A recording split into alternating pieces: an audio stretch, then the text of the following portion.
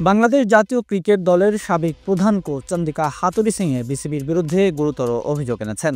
তার দাবি, আত্মপক্ষ সমর্থনের সুযোগ না দিয়ে তাকে বরখাস্ত করেছে বাংলাদেশ ক্রিকেট বোর্ড বিসিবি। এতে তার কোচিং ক্যারিয়ার কার্যত ধ্বংস হয়ে গেছে বলে মনে করেন এই শ্রীলঙ্কান। 2023 ওয়ানডে বিশ্বকাপ চলাকালে বাঁহাতি স্পিনার নাসুম আহমেদকে শারীরিকভাবে লাঞ্ছিত করার অভিযোগকে চুক্তির মেয়াদ শেষ হওয়ার আগেই বরখাস্ত করা হয় হাথুরুসিংহেকে। তবে তিনি শুরু থেকেই অভিযোগ অস্বীকার করে আসছেন। সম্প্রতি অস্ট্রেলিয়ার কোর্ট স্পোর্টসে দেওয়া এক সাক্ষাৎকারে বিসিবিকে দায়ী করে তিনি বলেন, তারা আমাকে আত্মপক্ষ সমর্থনের সুযোগ দেয়নি, শুধু অভিযোগ তুলে আমার ক্যারিয়ার শেষ করে দিয়েছে। হাথুরুসিংহে আরও জানান, বরখাস্ত হওয়ার পর বাংলাদেশের রাজনৈতিক অস্থিরতার মধ্যে তিনি চরম নিরাপত্তাহীনতায় ভুগছেন।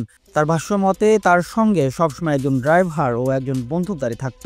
বরখাস্তের পর শুধুমাত্র ড্রাইভারই ছিলেন। তখনই বুঝেছিলেন পরিস্থিতি ভালো নাই। টাকা তুলতে ব্যাংকে গেলে টিভিতে নিজের বরখাস্ত হওয়ার খবর দেখে আতঙ্কিত হয়ে পড়েন তিনি। ব্যাংক ম্যানেজার পর্যন্ত তাকে সাবধান করে বলেন, রাস্তায় গেলে বিপদ হতে পারে। পরে এক বন্ধুর সহায়তায় টুপি ও হুডি পরে রাতের ফ্লাইটে দেশ ছাড়েন সাবেক এই কোচ। হাতুরু দাবি করেন, তিনি নাসুমকে চর মারেননি, বরং ব্যাটসম্যানদের গ্লাভস পাঠানোর জন্য পিঠে হালকা টকা দিয়েছিলেন মাত্র। হাথুরুসিংহের মতে তাকে বরখাস্ত করার সিদ্ধান্ত ছিল বিসিবির বর্তমান সভাপতি ফারুক আহমেদের পূর্ব পরিকল্পিত পদক্ষেপ। তার ভাষায়, আমি জানি না গত 6 মাসে কতগুলো সুযোগ হাতছাড়া করেছি। বিসিবি শুধু আমার চুক্তি বাতিলের চেষ্টা করেনি, তারা আমার পুরো ক্যারিয়ারটাই ধ্বংস করেছে। প্রায় 6 বছর 2 দফায় বাংলাদেশ দলের কোচের দায়িত্ব পালন করেন চন্দ্রিকা হাথুরুসিংহে। শেষ অধ্যায়টি তিনি মনে করেছেন দুঃখজনক ও অমানবিক।